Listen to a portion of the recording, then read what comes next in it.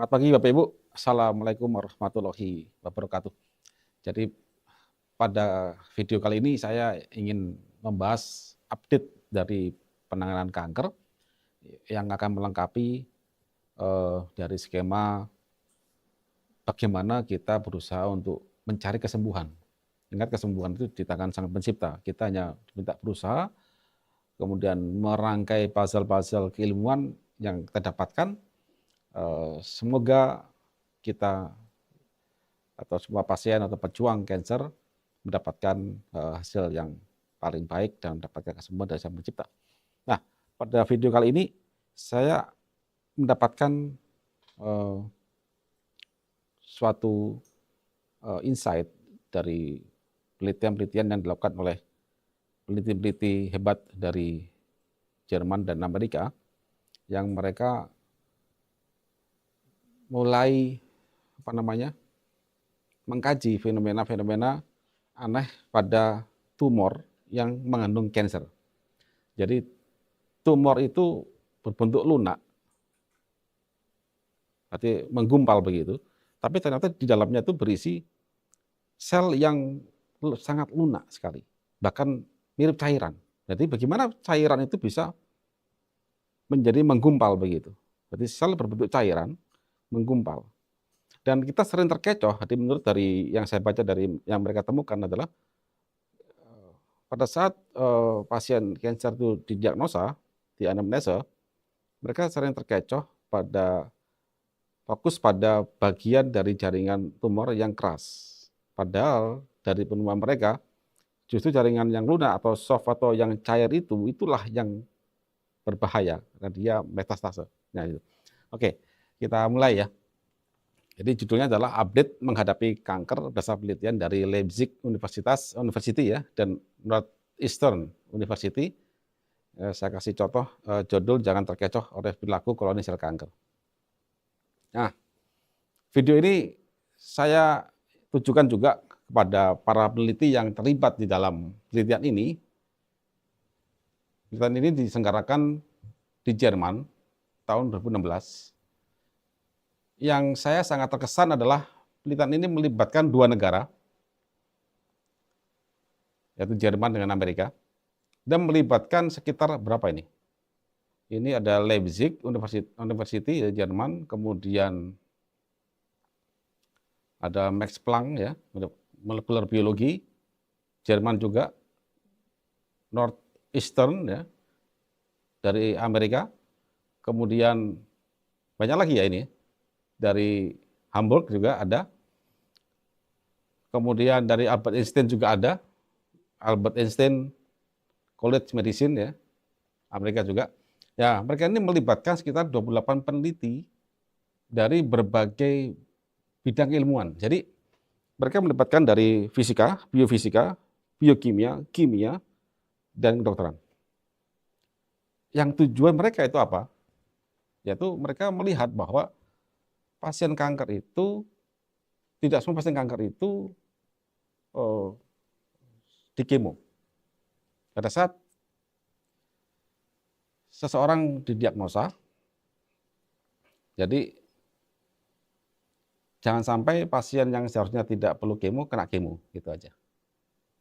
Sehingga mereka bertujuan untuk memperbaiki guideline penanganan kanker pada saat diagnosa hingga terapi, dan kemoterapi hanya diberikan pada pasien yang paling membutuhkan saja, karena ini efek kemo luar biasa berat. Nah, apa yang mereka temukan inilah mengihlami apa yang juga ditemukan oleh Karnus. Dan ini semoga menjadi suatu harapan bagi kita semua tentang puzzle dan teka-teki pada kasus kanker. Dan semoga apabila teka-teki ini bisa kita rangkai, maka insya Allah kesembuhan itu akan didapatkan. Ingat Bapak Ibu, sekali lagi kesembuhan itu dari Sang Pencipta ya. Kita hanya bisa berusaha, kita diwajibkan untuk membaca dan merangkai. Dan semoga Profesor Joseph Kass, ini beliau yang memimpin riset ini, mendengarkan atau melihat video saya, atau kalau tidak Bapak Ibu yang dari negara Indonesia yang punya wewenang, kemudian yang punya peralatan yang canggih, bisa meneruskan sedikit apa yang kami temukan di dalam Karnus ini. Sekali lagi kami tidak ingin menjadi pesaing atau juga tidak ingin mengatakan kami atau pihak lain yang tidak benar, enggak. Tapi kita ingin saling melengkapi, karena yang paling penting adalah bagaimana kita bisa membantu saudara-saudara kita yang saat ini terpapar cancer. Dari mana caranya, ya. Oke. Penelitian ini, apa yang didasarkan dalam penelitian ini? Jadi begini. Jadi penelitian ini fokus pada fenomena rigid dan soft jaringan kanker dilakukan di Jerman 2016. Diambil dari mana? Kebetulan ini pas ini. Diambil dari CA payudara dan CA ovarium. Jadi mereka mengambil tumor yang mengandung kanker itu dari payudara dan ovarium, kemudian diteliti. Dan endingnya adalah massa tumor tadi itu mengandung 75% sel lunak dan berbentuk cairan. Elastis sekali. Sedangkan 25% sisanya itu padat. Kemudian sel yang padat, yang 25% ini, itu tersebar merata pada sel-sel berbentuk cairan. Jadi kalau kita gambarkan ini Bapak Ibu, ini gambarnya. Jadi yang biru ini adalah padat, sel padat, ya. Yang biru tua ini adalah sel CA lunak atau cairan. Sedangkan yang merah ini adalah suatu junction. Jadi dia sel kanker itu luar biasa. Dia itu bisa membuat komunikasi antar sel dan dia membentuk junction, bentuk semacam kalau kita lihat bayangkan itu kayak tiang pancang gitu, sehingga dia bisa menggusur gitu nanti itu. Nanti saya jelaskan lebih lanjut ya. Nah, bayangkan nanti, ini bayangkan seperti apa sih? Seperti Anda di lautan, ada air. Air itu adalah sel kanker lunak, kemudian mengapung gunung-gunung es tersebar di situ. Itu anggap aja itu sel kanker yang padat. Nah, jadi pada saat itu kita raba, karena mayoritas adalah cairan, maka kita sulit untuk melihat di mana batasan massa itu. Karena dia spreading dia. Akhirnya kita fokus kepada area yang padat sekali, yang padat ini, yang tersebar ini. Akhirnya kita nggak tahu di mana batasannya. Padahal sekeliling dia itu adalah sebenarnya kalau kanker betulan, maka itu adalah sel kanker dan dia spreading. Nah, konfirmasi tadi itu menciptakan semacam bongkahan lunak, tapi nggak tahu di mana batasannya. Dan kita dari yang saya baca ini ya, dari teman mereka ini, yang saya baca ini, jadi mereka melihat bahwa saat ini pada saat kita di praktek itu akhirnya fokus kepada bongkahan yang keras. Padahal yang keras itu mengapung di antara cairan sel kanker atau sel kanker bentuk cair yang itu ganas. Nah, secara kolektif, konfirmasi ini membuat seperti bulldozer. Jadi pada saat dia ingin tumbuh, ingat sel kanker itu hidup loh. Bayangkan ada sel cair, dan ada sel padat. Kalau sel padat, dia stay aja di situ. Kalau sel cair, pada waktu dia itu tumbuh, maka dia bisa spreading dia, tanpa diketahui, tanpa dirasakan gitu. Dia bisa spreading karena dia cair. Maka dia akan, begitu mereka tumbuh bareng-bareng, maka kayak bulldozer dia. Bulldozer tapi elastis. Gitu. Itu menakutkan sekali, Ibu. Dan kita hanya fokus pada yang padat ini selama ini. Nah, ini yang mereka temukan, makanya mereka berupaya meneliti siapa sih sel-sel itu. Nah, ini digambarkan oleh mereka. Ini tolak pada saat mereka tidak aktif nih, belum waktunya mereka tumbuh. Begitu mereka tumbuh, maka mereka ini mendesak itu. Jadi mendesak itu kan, makin lama makin mendesak seperti ini, Sehingga bayangkan Anda punya air, seperti air begini, ini air ya. Pada saat dia diam ya diam. Begitu bayangkan air ini tumbuh. Begitu tumbuh kan dia mendesak ke atas, ke segala arah dia. Pada saat mendesak ke segala arah itu, kalau dia padatan ya pasti hanya keras. Tapi kalau dia ini mendesak, maka dia bisa menembus pori-pori antar sel yang dia akan bisa makin cepat spreading-nya. Makanya mereka menggambarkan seperti ini. Nah ini ya Bapak ya. Di sini saya tulis. Jadi pada saat menggeser sel sehat, maka terbentuk junction warna merah yang semakin masif sehingga membentuk massa yang padat. Tapi lunak, jadi padat tapi lunak, kayak mereka bersatu itu. Nah setelah menggeser, maka sel harus mengeluarkan enzim otomatis untuk supaya menggeser sel-sel sehat. Ingat sel kanker itu ya dikelilingi oleh sel-sel sehat. Pada saat dia tumbuh, maka dia mendesak sel sehat. Karena dia mendesaknya itu dia cair, maka dia bisa masuk, memecah belah sel sehat. Akhirnya sel sehat akan mati. Itu skema terjadinya. Ini yang diamati oleh mereka. Nah, jadi insight dari penelitian dari Jerman itu adalah Profesor Joseph Akas ini dan peneliti yang lain berpendapat bahwa fakta tumor padat tapi mayoritas berisi sel lunak. Jadi tumor itu diraba bisa berbentuk lebih padat, tapi faktanya dia itu berisi sel lunak. Dan ini terkait fenomena fisika yang disebut jamming. Jamming. Ini air, Ibu, cair. Begitu dia bayangkan air itu tumbuh dan ada semacam di atas ini tutup itu, maka dia menekan itu nanti. Bayangkan Anda punya balon, begitu dia tumbuh, pasti akan keras balon Anda. Bisa Anda bayangkan ya. Kalau kayak ban, udara biasa aja begini. Jadi udara itu kayak bayangkan itu kayak sel kanker. Begitu Anda masukkan ke dalam ban dan dia kompresi, akan keras. Itu jamming namanya. Jadi makanya digambarkan seperti jam pasir. Nah ini kan dia mengalir begini. Begitu Anda tekan, pasirnya tekanan lebih tinggi, maka dia akan keras. Nah ini bentuknya nih. Gambarkan, dia kayak air. Jadi yang biru, yang merah muda ini itu sel-sel kanker itu. Yang apa namanya, yang padat ini, ya sel kanker yang padat. Dan ternyata sel-sel kanker yang lunak atau cair inilah yang bahaya. Hanya sel CA yang lunak yang bisa metastasis, itu yang berbahaya. Makanya Profesor Joseph Kass ini dari Universitas of Leipzig, Jerman, berpendapat ini ya, pendapatnya ini. Kalau kita artikan ya menakutkan, ini devastating, jadi hal menakutkan. Sebagai seorang peneliti material ini sangat menarik bagi dia. Jadi exciting to find this new word ini menakutkan, state of matter. Tapi sebagai manusia ini menakutkan kalian. Jadi ini Bapak Ibu. Nah, Bapak Ibu, ini 2016.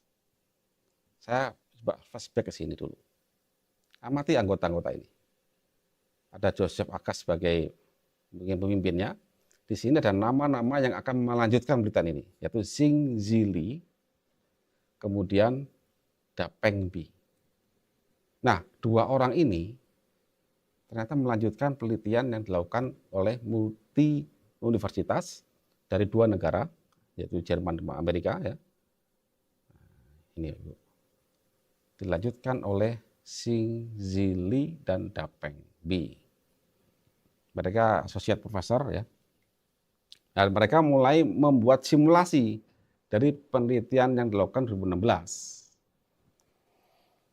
di Northeastern University. Jadi mereka membuat postulat di sini. Massa yang keras saat disentuh sebenarnya kontradiksi dengan fakta yang ada di tingkat sel individual. Jadi pada saat kita mengambil massa, meraba massa dari sel kanker, kok ada massanya lebih keras atau lebih apa ya dibandingkan sel yang sehat, bagian yang lain, kok dia lebih berbentuk gitu ya.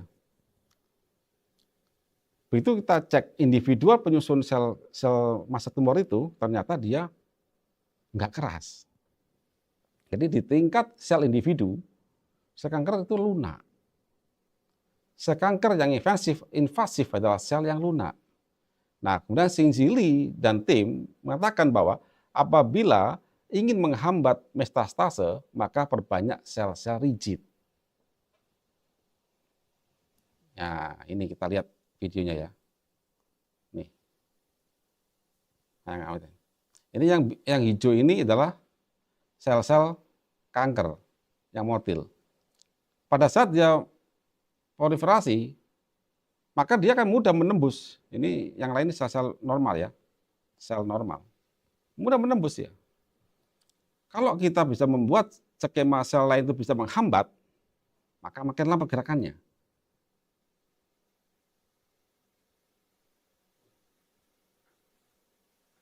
Makin lambat gerakannya. Nah,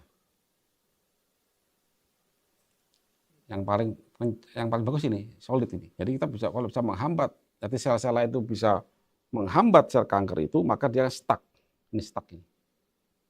Stuck di sini. Artinya nggak metastase. Dia diam di situ. Sampai kapan? Ya sampai kita bisa membuat skema untuk membunuh dia. Apakah bisa? Ya, bisa. Apa skemanya? Ya, gen P53 aktifkan di situ. Nah, di sini saya buat satu postulat di sini. Apabila kita bisa memperbanyak formasi sel rigid, jadi yang hitam ini sel rigid, yang hitam ini adalah non rigid, yang merah adalah sel rigid, dan banyak sel-sel merah ini, maka kita bisa mengurung sel CA lalu mengkombinasikan dengan skema DNA repair, maka insya Allah kesembuhan akan didapatkan. Ini kita bicara langsung di tingkat sel kankernya ya. Tapi journey-nya sampai ke sel kanker itu panjang loh, yuk. Nanti saya akan lebih lanjut. Karena menghadapi kanker itu harus holistik. Saya lagi, menghadapi kanker harus holistik. Anda tidak bisa lagi hanya fokus satu sisi ini, tidak bisa. Anda harus fokus di holistik. Tapi kita mulai dulu dari hal yang paling dalam, pada tempat kejadian perkaranya. Sel kanker atau benjol di payudara, misalkan, apa yang terjadi di situ, kan gitu ya. Nah, di sini kita dapat insight dari 2 penelitian.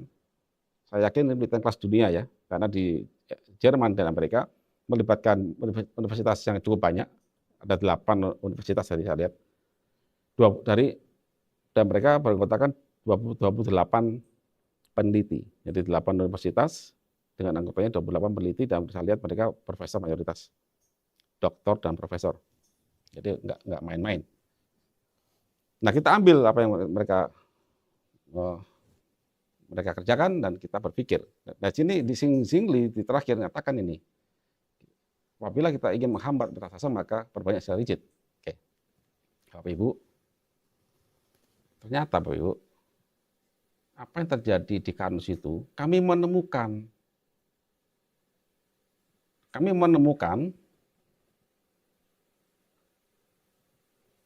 jadi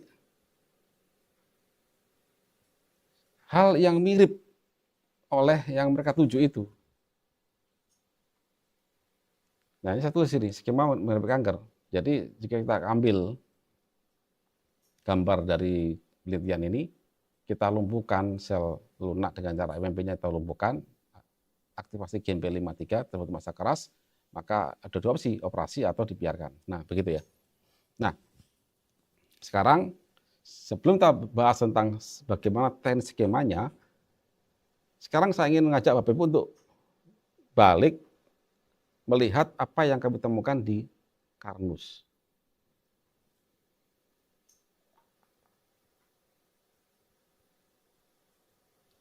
Nah, di Karnus ini kami menemukan ini. Jadi data pasien yang menggunakan Karnus menunjukkan peningkatan rigidity jaringan kanker. Ini yang kami temukan Bapak Ibu. Mana datanya gitu kan? Oke, coba kita bahas ya. Ini siapa payudara.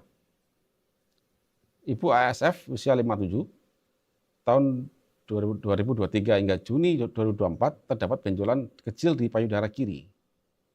Kemudian Juni 2024 membesar Lalu dia mengkonsumsi Algati 6x1 dan AG 2x1.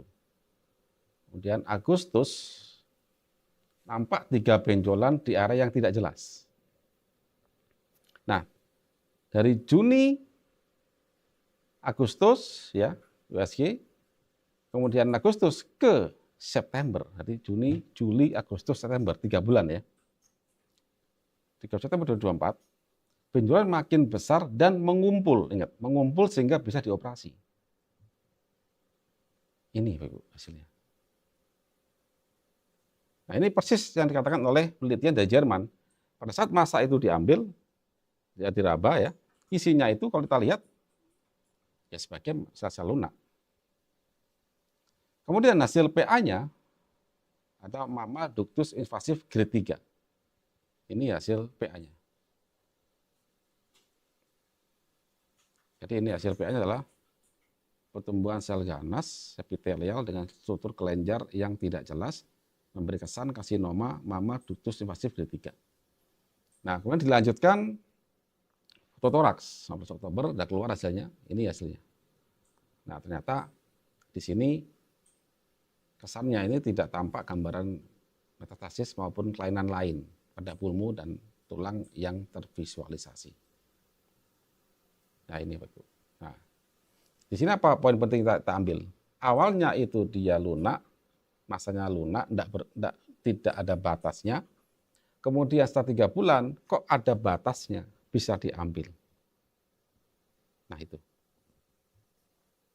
Kemudian CA paru. Bapak YW, usia 68. Februari 2024, tes sifra 7,1.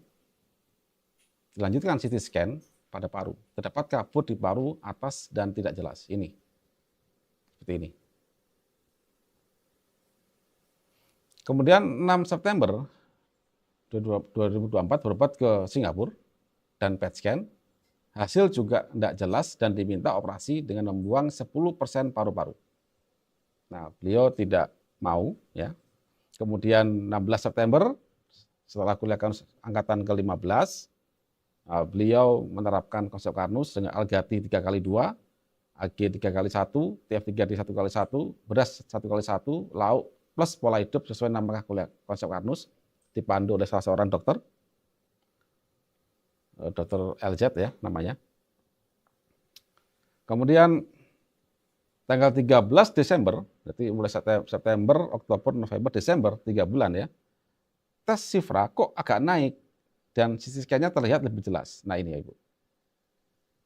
Ini CT scan-nya.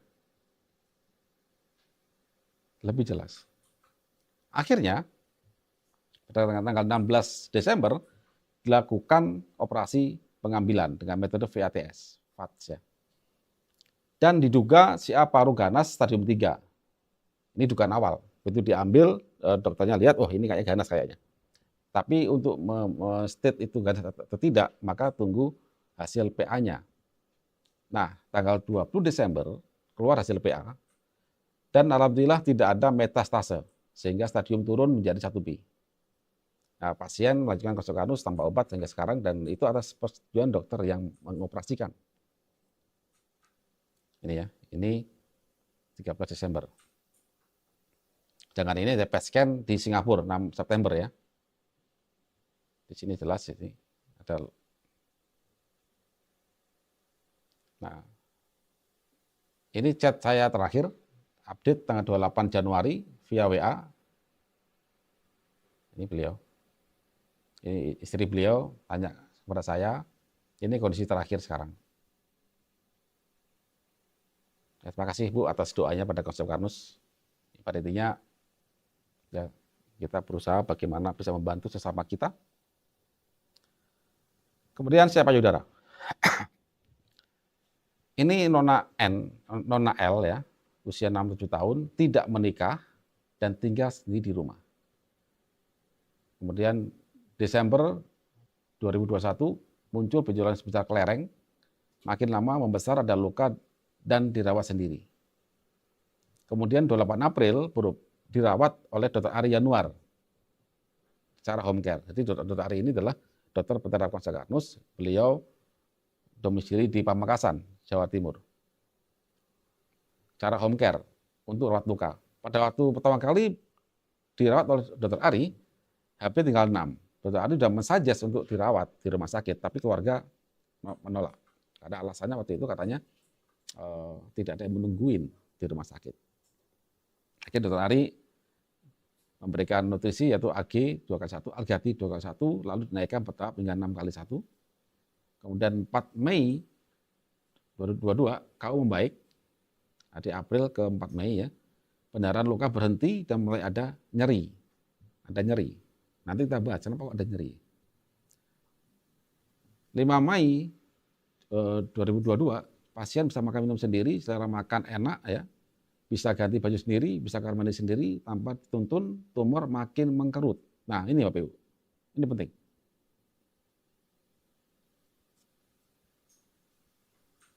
Dasar tumor mulai lepas dari dinding dada. Ini seperti yang diminta oleh penelitian 2019 di Amerika. Singzili, waktu dia, tadi masih ingat tadi, waktu dia mensimulasikan, apabila ingin menghambat metastase, maka perbanyak sel rigid. Ini buktinya, mulai ini. Nah 7 Mei, dasar tumor makin terpisah dan ukuran tumor makin mengecil, tidak ada pendarahan sehingga bisa dilakukan nekrotomi lebih dalam. Nah, ini kondisi sebelum tangan Dr. Ari, kemudian ini kondisi akhir. Jadi ini kata Dr. Ari ini bisa diangkat, bisa diangkat sampai 50% dari diameter pakai cut. Nah, cuman pasien ini meninggal Bapak Ibu, meninggal di rumah karena ternyata setelah ditanya sebelum itu. Sebelum meninggal, Dr. Ari sempat merawat, kok nggak ada yang nungguin gitu. Ya karena keluarga sudah nggak intensif lagi menungguin karena apa namanya, dianggap sudah membaik. Nah ternyata nggak ada yang menungguin. Ya tapi ini sudah takdir ya. Intinya kita melihat ibroh dari sini, ternyata ada ilmu di balik ini semua Bapak Ibu. Kemudian mengecil dan mulai terpisah. Persis yang diharapkan oleh Singzili et al. Dan juga grup dari Profesor Joseph Akas ya, dari Jerman. Kemudian payudara, tumor payudara dan penjualan di leher. Dan Nyonya R, 36 tahun, guru. Benjolan lunak payudara kanan ukuran 3 cm selama 3 tahun. Kemudian membesar sebesar 7 cm. 30 Mei berobat ke Dr. Ari Yanuar. Diberi nutrisi AG 2x1, Algati 2x1, bertahap hingga 6x1. Kemudian 20 Juli benjolan mengeras. Mulai mengeras ini. Dan mengecil ukurannya. Ini benjolan mengeras dan mengecil. Jadi mirip dengan sebelumnya juga. Jadi mulai berbentuk, mulai menggumpal, mengumpul, mengeras. Ya. 1 Agustus pecah benjolannya. 3 Agustus pecah lagi. 20 Agustus luka mengering dan sembuh hingga saat ini. Ini pada kasus ini tidak ada PA-nya, nggak ada ininya ya. Tapi jelas itu benjolan awalnya lunak, nggak berbatas, kemudian mengumpul, keras, pecah. Jadi ini skema ini mirip apa yang diharapkan oleh Singzili. Kemudian saya angkat mewakili sel payudara yang combine sama kemo. Jadi Bapak Ibu, pasien yang kami temukan di kampus itu jarang yang combine kemo. Yang ada mereka nggak mau kemo atau sudah post kemo dan metas mana-mana. Jadi 2 itu, yang combine ini jarang. Ya, tapi ini kami menemukan yang sekarang sedang berjalan. Ya mungkin bisa dipakai perkembangannya Bapak Ibu ya. Ini Nyonya MKS usia 49. November 2024, perawatan luka di klinik rawat luka Ibnu Sina, tangani oleh Bapak Arif Rahman, Eskep NS, ini nurse ya. Ada NS ya, jelasan, nurse ya. Kemudian kondisi luka CA sudah berbau, menyatu dengan tulang dada. Kemudian pasien diberi nutrisi AG 2x1, TF3D 2x1, dan Agati 4x1 selama 1 bulan, lalu lanjut kemoterapi 2 kali. Nah, selama kemoterapi, itu dia tetap konsumsi Algati, Tiafgedin, dan AG. Jadi 1 bulan sebelum kemo, itu dipersiapin dulu sama Pak Arief ini. Kemudian setelah 1 bulan, di kemo, karena ini dirawat di rumah sakit. Ya, di rumah sakit SMS Surabaya. Di kemo. Sambil kemo apa namanya, pasien diberi Algati, Tiafgedin, dan AG serial. Pasien tidak merasakan efek negatif obat kemo sama sekali. Nggak ada rontok, nggak ada capek. Habis kemo bisa langsung kerja, langsung aktivitas ya, karena dia sebagai petani katanya di Lamongan. Menginjak bulan kedua, nah setelah 2 bulan, total 2 bulan, dari bulan pertama, bulan kedua, mulai ada batasan antara masa kanker dengan tulang. Dan karena sudah ada batasannya, maka dalam waktu dekat akan direncanakan mastektomi. Nah, kemoterapi dan rencana operasi dilakukan di Rumah Sakit SMS Surabaya. Dan ini di bawah panduan seorang dokter onkolog ya. Tapi yang merawat Pak Arief. Jadi ini awalnya kondisi lukanya begini, masih menyatu. Nah, sekarang sudah mulai melepas. Ini gambarnya saya nggak tahu jelas, tapi kata Pak Arief dan dokter onkonya sudah mulai terpisah ini di sini. Nah, ini sejalan dengan apa yang dikatakan, diharapkan oleh Xingzi et al. Makanya dia mengatakan bahwa kalau kita bisa membuat sel rigid itu, maka kita bisa mengurung kanker. Makanya kemudian saya tambahin tadi. Saya tambahin apa? Pada hipotesa saya adalah ini. Apabila kita bisa memperbanyak formasi sel rigid, maka kita bisa mengurung sel CA lalu mengkombinasikan dengan skema DNA repair, maka insya Allah sebenarnya akan didapatkan. Ini saya combine begini ya Ibu. Ini skema kanker ini. Nah, data-data yang tadi itu memberikan kita insight. Oh ya, berarti kita bisa nih melakukan dengan cara itu. Terus bagaimana kok bisa melakukan itu, Bapak Ibu? Kok bisa itu ya? Nah, ini ya, Bapak Ibu, saya tulis di sini. Jadi semoga ini bisa menjadi insight juga bagi Bapak Ibu yang punya wewenang lebih lanjut, yang membantu para pasien dalam survival atau dalam berjuang melawan kanker. Di sini saya coba tulis, sini saya kombinasikan ya.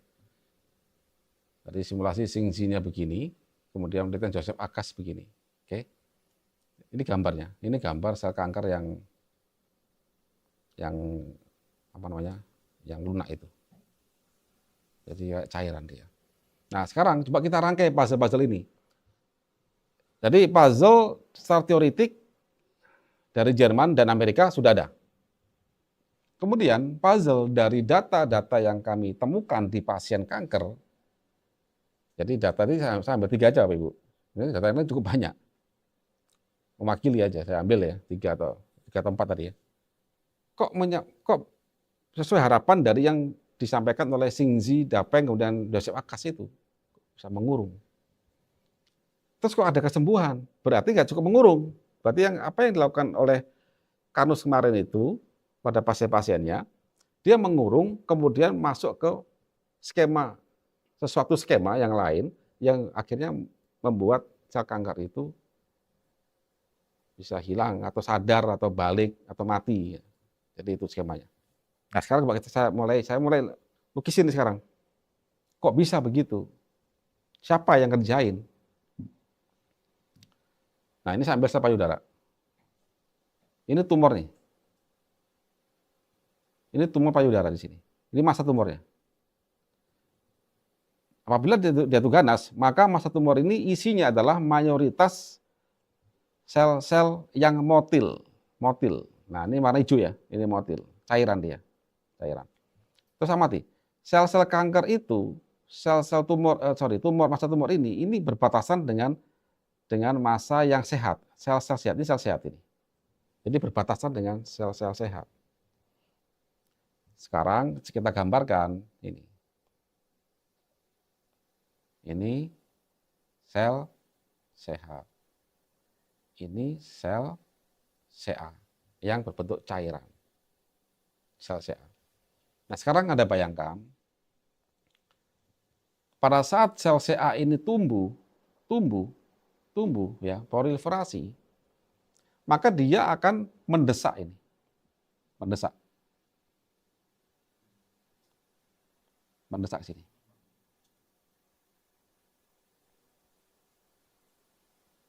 Nah, sekarang Anda amati sih. Jaringan sel sehat itu adalah ini sel, sel, sel. Amati ini. Ada kuning-kuning saya gambarkan. Itu adalah antar sel itu dia tuh ada zat, ada protein yang kecil banget ya. Dia tuh nempel itu loh. Nempel. Nempel. Pada saat dia itu mau mendesak, maka sel kanker ini harus bisa memutus ini. Memutus ini. Memutus ini. Memutus. Begitu dia putus,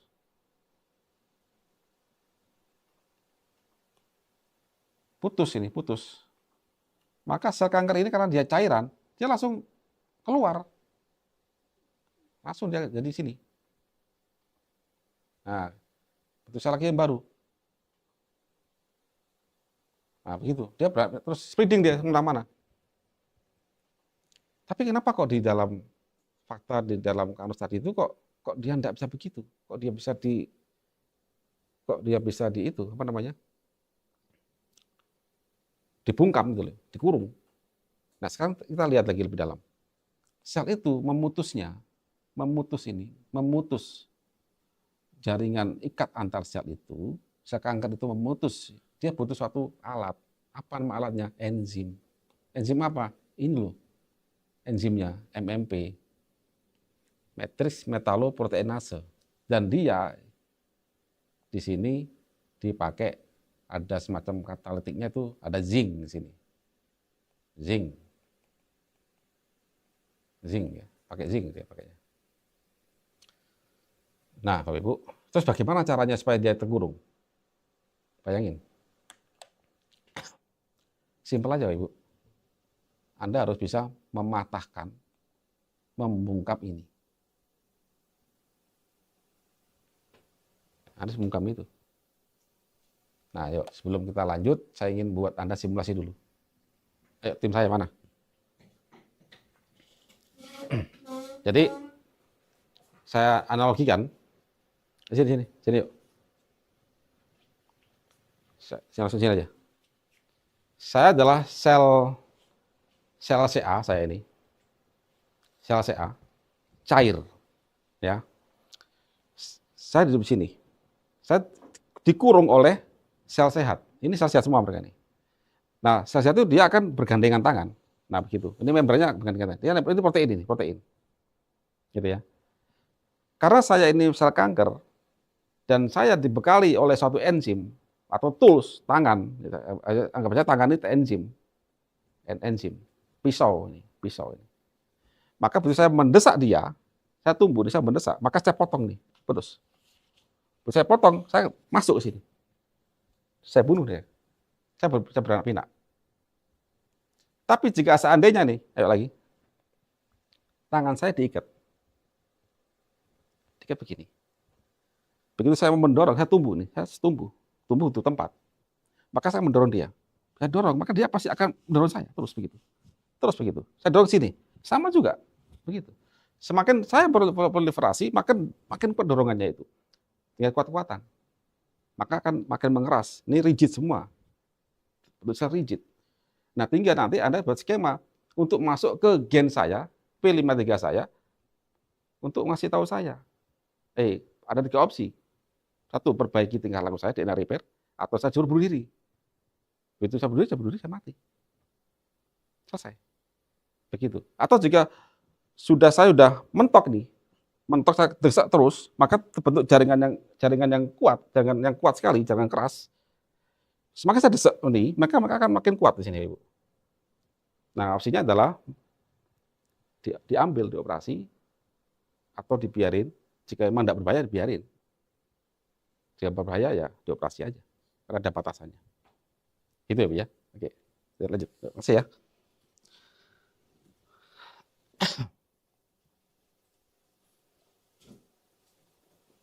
Nah, terus bagaimana caranya? Kok bisa? Siapa yang ngerjain ini? Oke, Ibu, saya akan mengambil gambar algati. Ini algati gambarnya secara mikroskopis. Kemudian saya akan ngambil penelitian ini.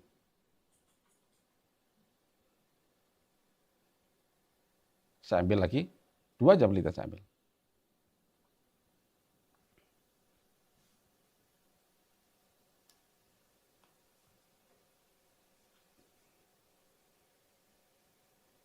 Ingat, ada satu penelitian bisa membuat degradasi pada metaloproteinase memang pada tulang. Tapi faktanya MMP-nya MMP2. Pada jumlah ini pakai MMP2.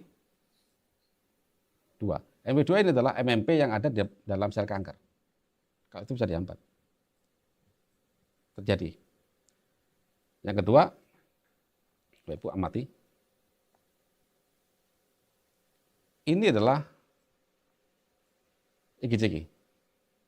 Kemudian saya akan ambil juga ini tiaflavin. Ini saya ambil kalkun, flavonoid. Bu, sebenarnya senyawa-senyawa ini, Bu, itu ada dalam makanan sehari-hari Anda. Teh hitam, teh hijau, teh hitam itu ini tiaflavin, galat, teh hijau. Tapi faktanya ini, Bu, ini paling penting. Faktanya tiaflavin atau IgG, gugus OH inilah yang akan menghambat. Ini begitu Anda seduh di gelas, ini rusak, Bapak Ibu. Ini faktanya begitu. Kalau seandainya IgG ini bisa masuk ke dalam sel Anda minum masuk ke dalam sel Anda, insya Allah nggak akan ada kanker, Bapak Ibu. Faktanya tidak begitu. Ternyata begitu Anda seduh jadi gelas, belum masuk ke lambung, ini sudah rusak. Jadi O semua ini. Nah, begini. Ini hilang, jadi O semua. Jadi gini. Nah, begini. Tidak ompong itu. Berarti kalau pisau itu ompong sudah. Begitu juga pada tiaflavin 3,3 galat ini. Nah, apa yang kami temukan ini adalah di dalam agati itu dengan mudah, artinya di dalam gelas algati begitu Anda kasih algati itu, dalam algati ada skema ikatan kompleks yang membentuk mengamankan senyawa ini. Gimana bentuknya? Ini ya, Bu, bentuknya. Jadi kalau saya tulis molekulnya begini. Ini loh. Yang hijau ini adalah flavonoid, IgG. Dia diamankan, kita minum, masuk dalam darah, tembus ke dalam sel. Apa buktinya? Ya tadi data-data pasien yang saya sematkan tadi. Dan ada 2 jenis tipe galat yang saya ambil. Satu IgG yang agak kecil, satu lagi tiaflavin 3,3 di galat. Nah, ini minuman saya ini algati ini. Nah, karena algati ini memang kaya kata kompleks, maka Anda bisa menambahkan aneka flavonoid ke dalam dia. Anda bikin algati, kan? Anda menambahkan nih, misalkan grupnya kalkun, Anda bisa tambahkan. Anda mau apa? Grupnya kurkumin, Anda ini kurkumin. Anda tambahkan ke dia aja. Anda peres saja kunir, set masuk ke sini. Langsung Anda minum. Biarin dulu, paling enggak setengah jam. Dia diamankan dulu, baru Anda minum. Masuk dia nanti. Nah, skemanya bagaimana? Skemanya bagaimana si IgG itu bisa menghambat dia, bisa mengaktifkan semuanya ini, dan kemudian masuk ke DNA repair. DNA repair itu saya jelaskan pada seminar ilmiah yang akan datang. Dan akan mungkin ditulis oleh beberapa profesor skema saya itu, diteliti oleh mereka lagi lebih lanjut, dan harapannya bisa bermanfaat bagi semua pasien yang sekarang sedang berjuang untuk menghadapi cancel. Nah, jadi inilah rahasia di balik yang terjadi pada fenomena pada pasien-pasien kanker yang tadi saya sampaikan, Bapak Ibu. Nah, Bapak Ibu, mungkin penjelasan detail ini cukup di sini dulu aja. Sekarang yang paling penting bagaimana teknisnya. pada pasien kanker yang saat ini sedang berjuang. Ayo kita rangkai. Nah, jika Anda tertarik bagian detail-detailnya ini, ya nanti pada next seminar mungkin ya, karena sekarang ini sedang kami teliti lebih lanjut di salah satu universitas di Indonesia ya.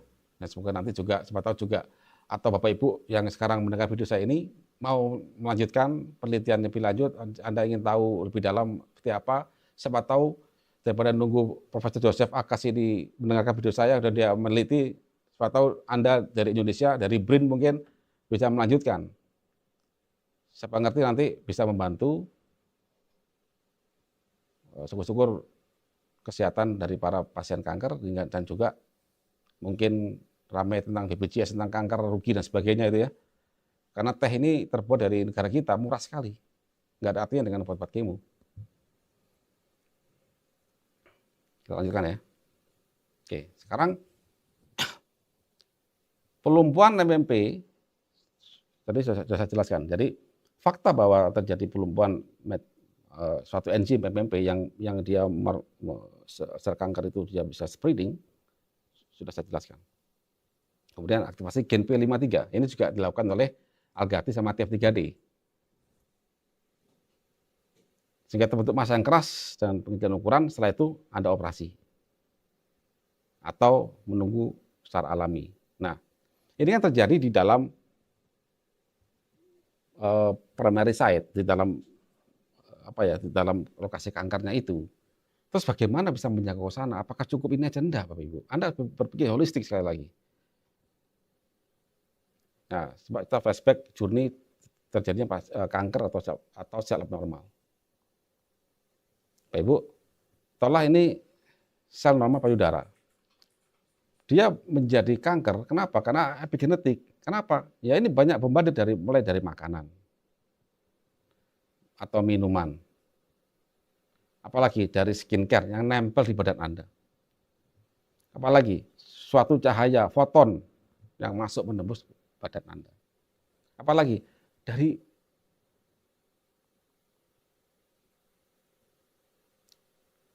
jangan lupa lagi dari hormon terapi misalkan. Jika orang misalkan pernah mengungkap hormon steroid ya, Anda bisa punya ragawan misalkan ada pakai steroid, hormon steroid itu langsung direct ke DNA. Atau mungkin Anda menunda menstruasi karena suatu sebab ya, secara genetik ini akan merusak DNA. Tapi ingat, tubuh itu masih bisa perbaikan DNA. Jika perbaikan DNA itu berhasil, maka nggak jadi kanker. Tapi kalau gagal, jadi kanker. Nah, terakhir ini problem algoritma kuantum. Apa ini Bapak Ibu? Bapak Ibu, jangan dikira pikiran, kemudian problem, beban hidup, mindset. Kita ini punya panca indera, Ibu. Anda melihat dan mendengar. Masuk ke perasaan. Tentu ada masalah dengan suami, istri, anak, mertua, teman. Apapun Anda lihat dan Anda rasakan itu akan masuk ke dalam, akan ditranslasikan menjadi suatu action. Dan di level sel itu bekerja mereka. Contoh, Anda berpikir keras nih, Anda itu pasti akan naikkan kortisol Anda itu. Jika masa-masa nggak ada ujungnya, maka kortisol akan meningkatkan detak jantung. Apalagi akan meningkatkan produksi gula misalkan. Kemudian pembakaran lemak akan ditahan. Lemak akan menumpuk. Terjadi oksidatif spasial. Banyak hal. Jadi jangan sepelekan tentang problem yang nggak terlihat tadi. Dan semua itu logik. Nah, setelah itu ayo kita rangkai. Kita rangkai bagaimana solusinya, strateginya. Nah, langkah awal ya. Hitung berapa lama muncul benjolan lunak hingga sebelum menerapkan konsep Karnus. Semakin lama durasi waktu tersebut, maka semakin luas prediksi sebarannya. Semakin luas prediksi sebarannya. Yang kedua, siapkan mental. Apabila terjadi pengerasan di area-area tertentu, jangan panik, tapi berserah diri pada Sang Pencipta. Contoh begini, ini ada satu kasus nih, nggak saya tulis ya.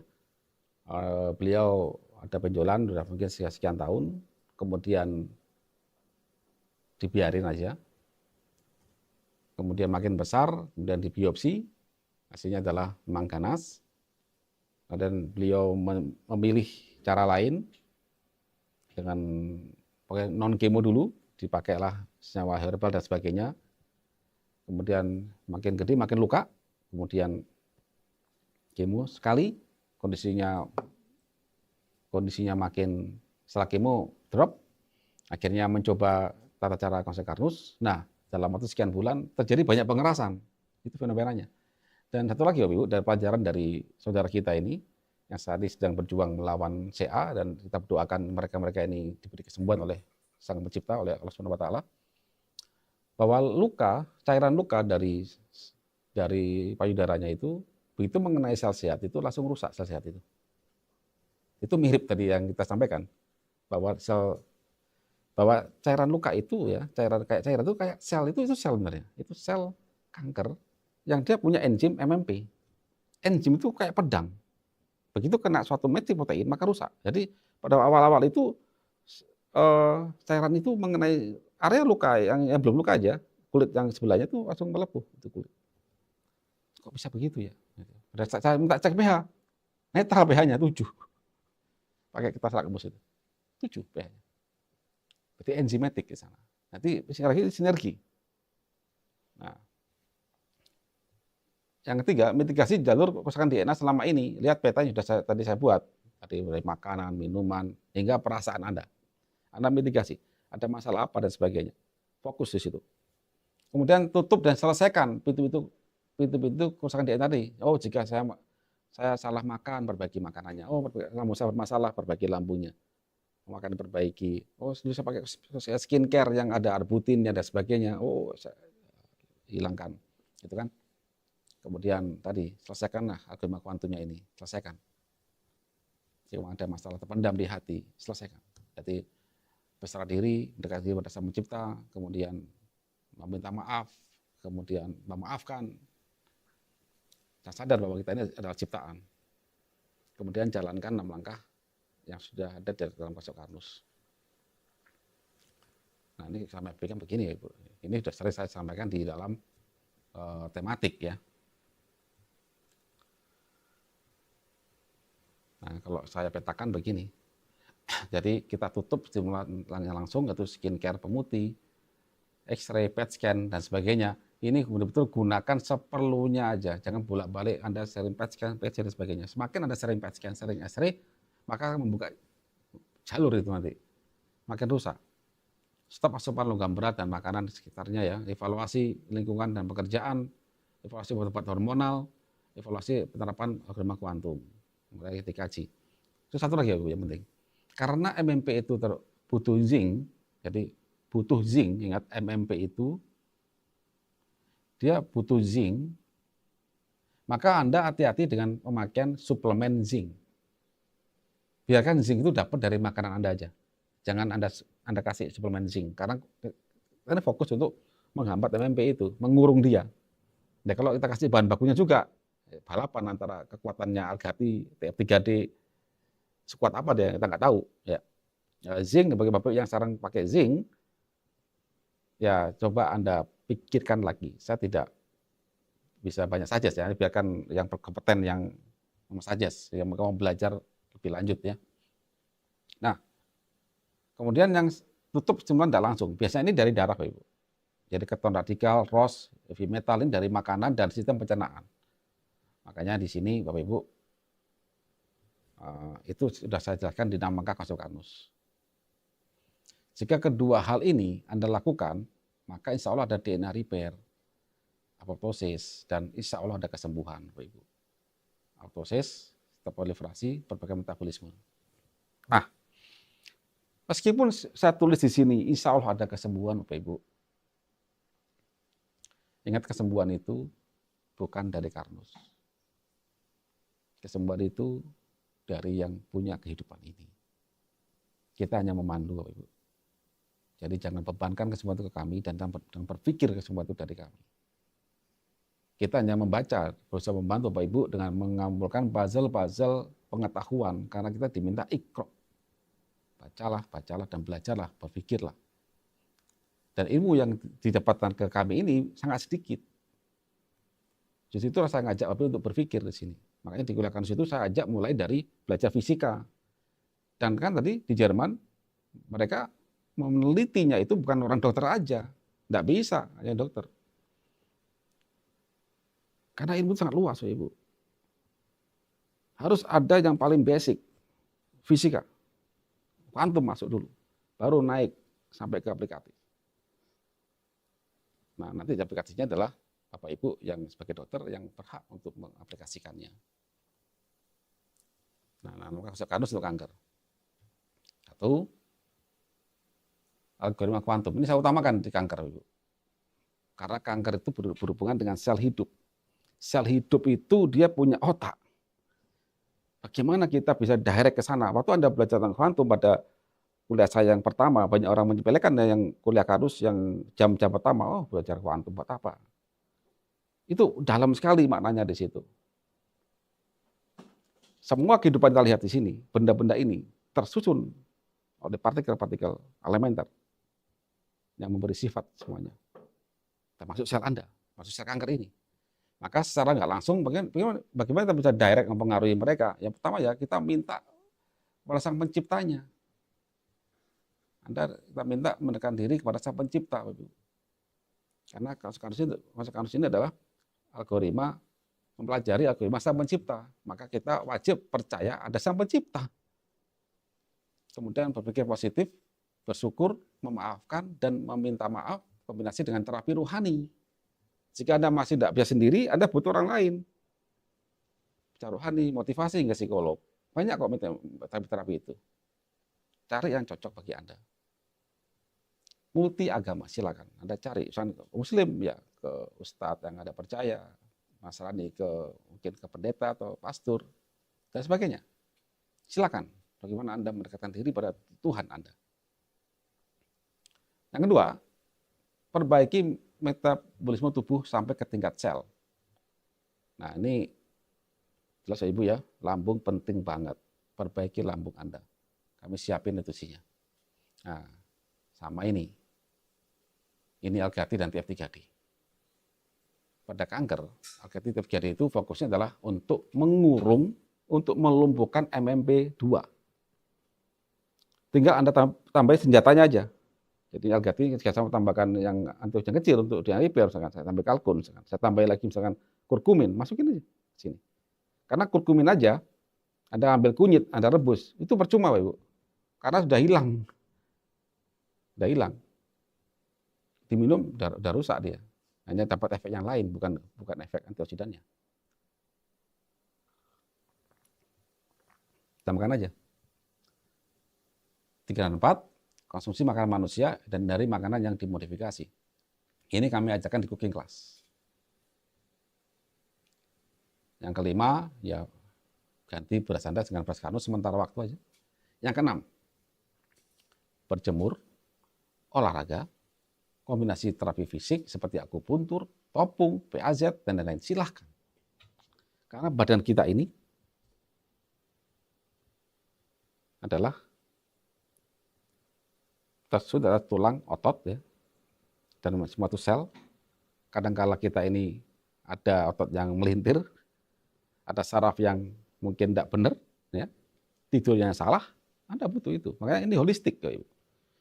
Jadi kanus itu holistik. Cuman holistik kanus itu dari mulai yang nempel dari badan ini hingga ke tingkat sel. Nah karena itu kita butuh kombinasi dari banyak-banyak disiplin ilmu. Nah, setelah Bapak Ibu lakukan semua langkah tadi, silakan Anda tambahi dengan pengobatan yang Anda yakini, Bapak Ibu.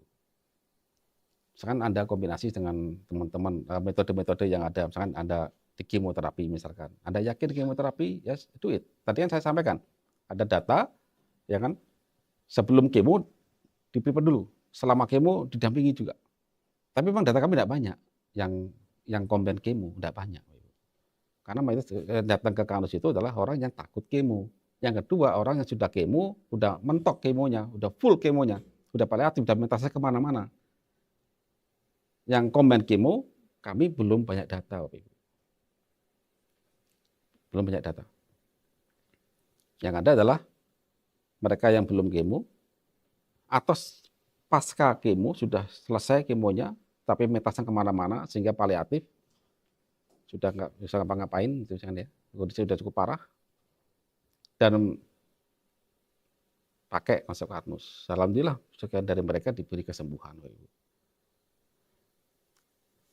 Nah, yang combine, tadi saya baru dapat satu data.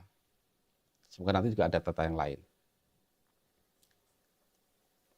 Nah, Bapak Ibu, meskipun tadi kami sudah menyampaikan fakta, data teori, dan sebagainya, yakinlah bahwa ini baru sebagian kecil dari hal yang belum kita ketahui. Oleh karena itu, Bapak Ibu, manusia hanya bisa berusaha, kesembuhan adalah hak prerogatif dari Allah SWT, Tuhan Yang Maha Esa.